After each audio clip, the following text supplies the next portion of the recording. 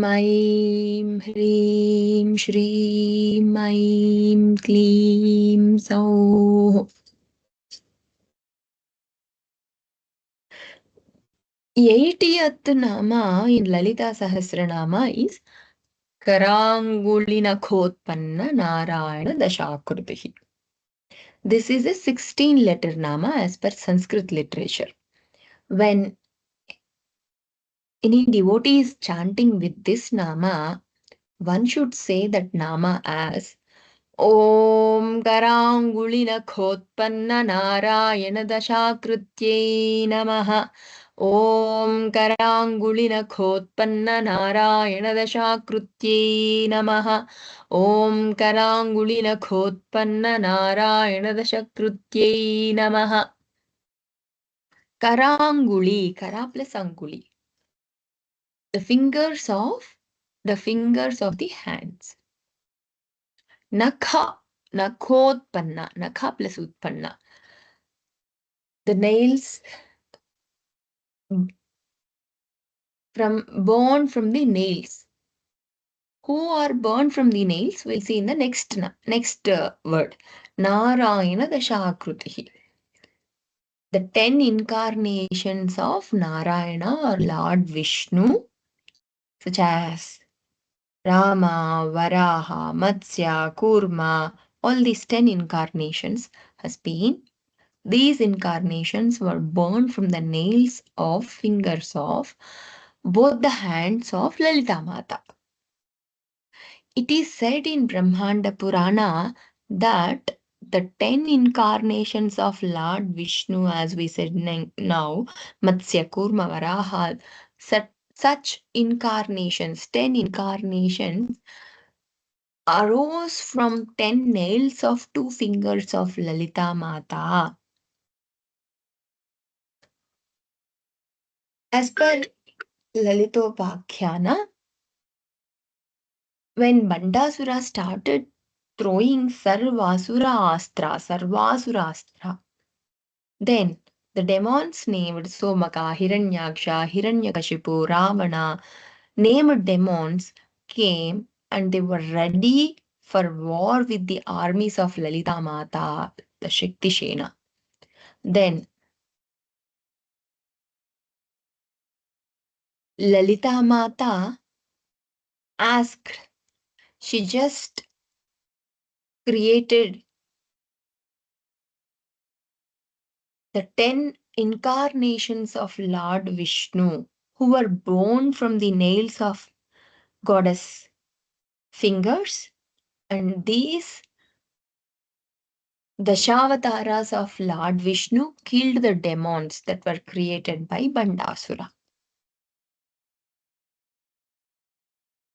Usually, in order to order somebody, one has to open his mouth and say something, or somebody will do certain gestures by showing their fingers or just hinting them from their eyesight. However, here Lalita Mata, goddess, she didn't open her mouth or she didn't use her fingers at all.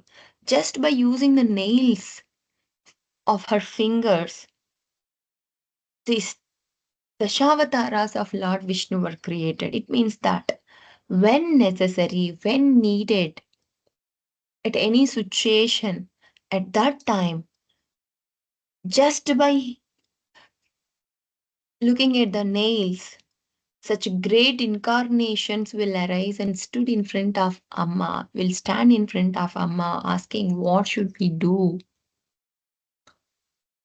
With this statement, we can just understand that the goddess Lalita Mata is none other than the embodiment of all the power, all the Shakti that is there in this universe. All the Shakti, the energy of these creations that were there in this entire universe.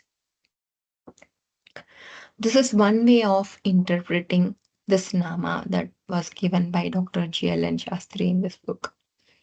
The other way of interpretation that What is that secrecy that is there involved in this nama? If you see, if you consider the word Dashakruthi, Dasha have another meaning called state, Dasha, as per Sanskrit literature, and Kriti means actions. With these meanings of state and actions, it can be understood with a different meaning for this particular nama. What are these states? What are these actions? If we think about this, usually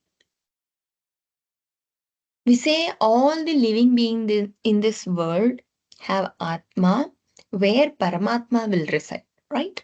So that means Lord Narayana, he himself is there as these living beings that were there in this universe. That means Paramatma is inside the Atma of the living beings. So both Atma and Paramatma are residing at the same place. That means all the living beings are Paramatma only. So in this particular context, with this description, there are certain duties that need to be performed by gods or actions that need to be performed by gods, being in the um, God's form or the divine duties, they are called it as, or divine actions. What are those divine actions? Means Narayana, he himself being as a Paramatma in Atma of all the living beings, have 5 functions. What are those 5 functions? Means one, creation called Srishti, the act of bringing the universe into this existence that we can able to see. The second one called maintenance or preservation called sthiti, the act of sustaining and maintaining this created universe or the world. The third state called destruction or dissolution, the process of dissolving or withdrawing the cosmos back into its original state. And Tirodhana means it's called veiling or concealment, the act of veiling the true nature of reality or the consciousness. And the fifth state called fifth action, rather than saying it as the action, I mean, we are saying about this kritya in order to connect this particular duties or divine actions with the word called kritya, divine actions. The fifth action is called anugraha, called grace or salvation, the act of bestowing the grace, liberation, or spiritual awakening upon the living beings. So these are the 5 divine actions of Narayana, who is residing as Paramatma in Atma of all the living beings. And what are those 5 states of living beings? Or let's see those 5 states. One, Jagrat, Shushupti, Swapna, Moksha, and Marana. Or you can call it as the other way called Turiyavastha. Jagrat means the awakened state. This is a state of ordinary awakening awareness in which an individual is completely conscious and interacts with the external world. The second state called dreaming state, swapna. In this state, a person is asleep, but their mind is still active, creating a world of images or experiences that are independent of external physical world. This is the state of deep dreamless sleep where both the mind and senses are at rest. It is a state of profound rest and undifferentiated consciousness. The third one, what I was referring to, is swapna, shushupti. The third one is complete deep sleep state, which I was mentioning right now as undifferentiated consciousness, where there is no dreams or nothing. It's the third state called Shishipti. And the fourth state called Murcha. It's a sort of a trance state. I can say it as swoon. This term refers to a state of unconsciousness. But this is not as per the normal condition, it is as per the pathological condition which was mentioned, rather than a natural state of consciousness. This is as per the yogic state, I can say it as. And the fifth state, it is mentioned as death, or some people can refer it as turiya also. But in this context, the author has mentioned it as death, as the fifth state. It's completely ultimate reality, or the true self will get to know after the death only. It's a pure transcendental consciousness. It's called Turiya in Vedanta. That's called the three states of consciousness. Jagrat, Swapna, Shushupti, ultimately seen as manifestations of a single underlying reality called Turiya, which will be understood only after the death. If when you start meditating, you can do that as part of the when you are in awakened state before the death as well. So these are the five states: Jagrat, Swapna, Shushupti, Muksha, and the death or the Turiya state. So we mentioned five divine actions: Srishti Sthiti Laya Tirodhana Anugraha actions, and five states of the living beings, the supreme living being states called Jagrat, Swapna, Shushupti, Moksha, and Marana or Turiya.